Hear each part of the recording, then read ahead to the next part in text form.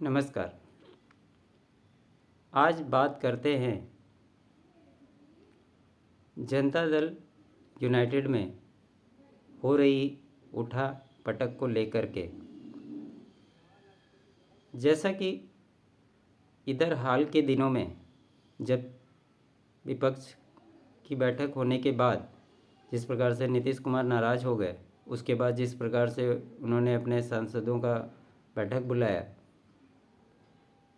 और तरह तरह के प्रयास लगाने जाने लगे कि नीतीश कुमार नाराज़ चल रहे हैं, क्योंकि आपको पता होगा कि विपक्ष जो एकजुट होने की बात कर रहा है वो कहीं ना कहीं इसकी प्रयास नीतीश कुमार जी ने शुरू की थी और हर एक दल के पास वो जा कर के सब लोगों को एक मंच पर लेकर के आए, जिसके आधार पे ये INDIA गठबंधन बना।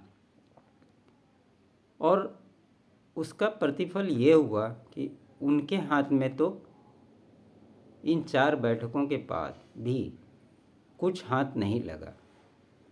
तो कहीं ना कहीं ये ज़रूर है कि उनको ये महसूस हुआ, कोई भी आदमी कोई प्रयास करता है और जब परिणाम की बात होती है और जिसने शुरुआत की, जिसने मेहनत की, उसके हाथ में अगर कुछ न लगे तो कैसा होगा। इसमें एक बात ये भी आता है कि कुछ न कुछ जदयू के भीतर के ही लोग, राजद के लोग और अन्य लोग का भी कहीं ना कहीं हाथ। अभी जो इसका प्रतिफल ये है कि अभी जो 29 तारीख को जदयू की कार्य परिषद और कार्यकारिणी की बैठक है, आप ये मान के चलिए कि इस बैठक में ललन सिंह राष्ट्रीय अध्यक्ष जो जदयू के हैं, इनकी छुट्टी होनी तय है और नीतीश कुमार कोई ना कोई बड़ा फैसला लेंगे। इससे पहले वो अपने सांसदों से 1-to-1 बैठक करने वाले हैं पटना में और चीज़ों को समझने का प्रयास करेंगे कि क्या आगे जा कर के करना चाहिए।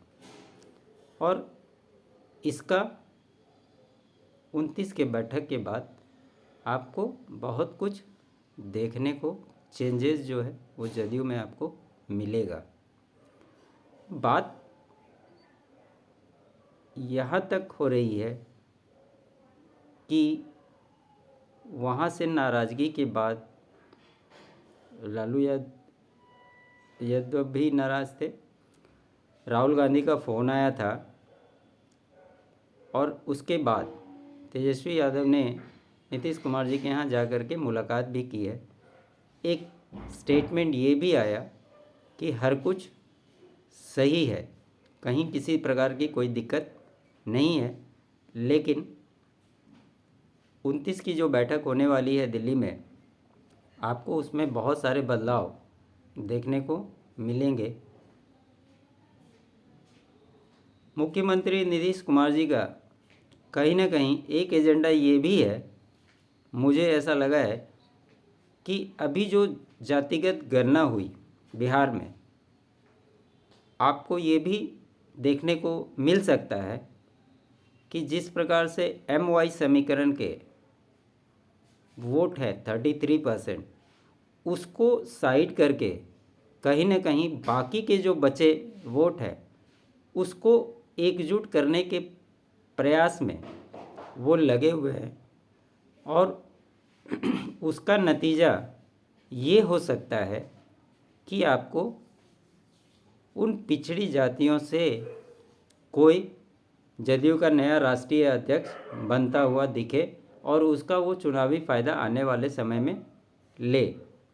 क्योंकि अभी देश की राजनीति जिस दिशा में जा रही है, यहाँ पे सिर्फ पिछड़े, अति पिछड़े, दलित, महादलित, सिर्फ इसकी बात होती है और इसी के अंदर में पूरे देश की राजनीति हो रही है और यही कहीं ना कहीं इम्प्लीमेंट करने का प्रयास होगा, ये भी अगर हो तो ये कोई बहुत बड़ी बात नहीं होगी।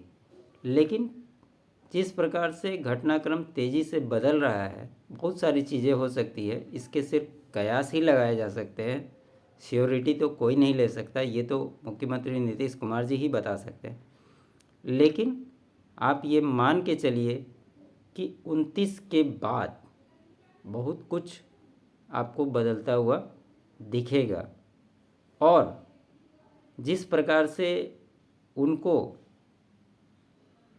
अभी फ़ोन आने के बाद बिहार में सीटों के बंटवारे को लेकर के कहा गया है और राजद की ओर से ये स्टेटमेंट आया है कि नहीं, विपक्ष सब कुछ ठीक है, कहीं किसी प्रकार की दिक्कत नहीं है, तो आप ये मान के चलिए कि जो दिखता है वो होता नहीं है।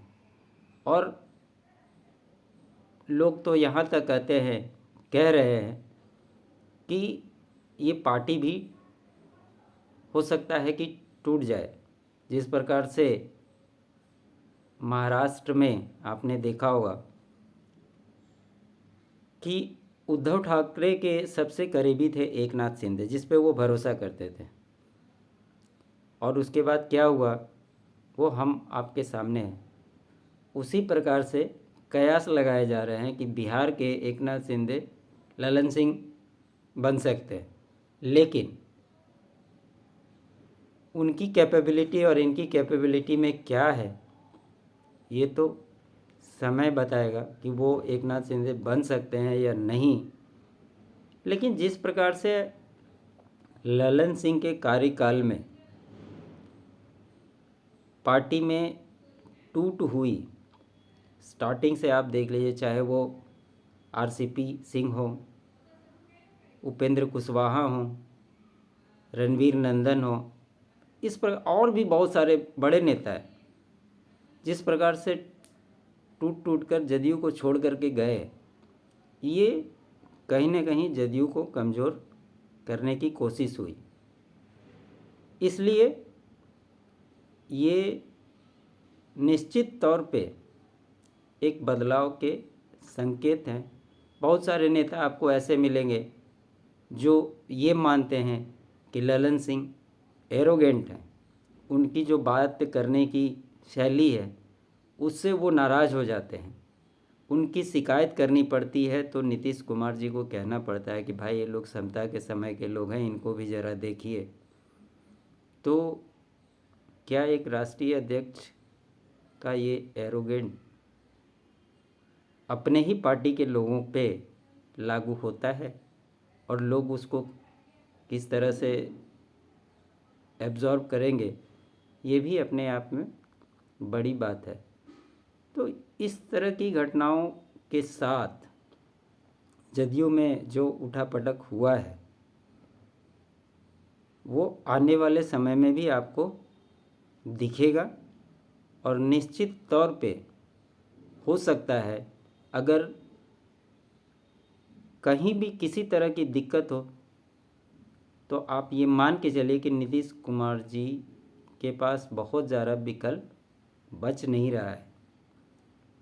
लास्ट में ये भी कयास लगाए जा सकते हैं कि कहीं ना कहीं ये विधानसभा भंग भी हो सकती है और जो चुनाव 2025 में होने वाले हैं वो 2024 में लोकसभा चुनाव के साथ ही आपको देखने को मिल जाए, तो ये कोई बहुत बड़ी अतिशयोक्ति नहीं होगी, क्योंकि जिस प्रकार से भाजपा ने उनके लिए दरवाजे को बंद किया है,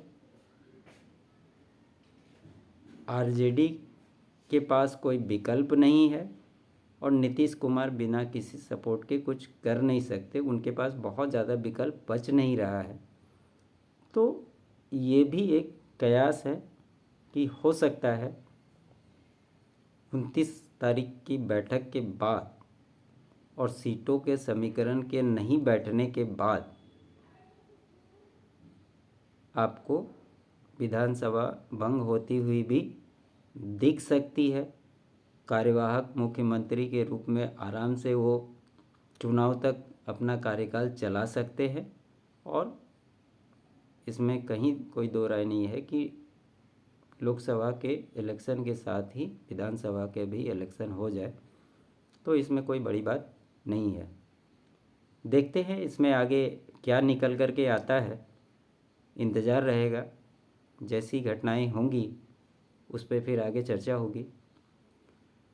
आप लोगों को मेरा ये प्रयास कैसा लगा ज़रूर बताएं। अधिक से अधिक लोगों तक अच्छा लगे तो शेयर करें। कोई आपकी राय हो तो मुझे बताएं, उसकी चर्चा मैं अगले वीडियो में ज़रूर करूँगा। मैं भी एक छोटा सा प्रयास कर रहा हूँ, अपनी समझ के हिसाब से बात करता हूँ और मैं चाहता हूँ कि आप लोग भी इसमें शामिल हों, इसको आगे बढ़ाएं। क्योंकि कोई भी चीज़ सिर्फ एक आदमी से नहीं होता है, लोग उसमें जुड़ते हैं तो वो ऑटोमेटिकली है आगे जा कर के वो कुछ ना कुछ तो समाज के लिए अच्छा करेगा। यही एक प्रयास मैंने स्टार्ट की है। आप लोगों की सहयोग चाहिए। बहुत बहुत धन्यवाद।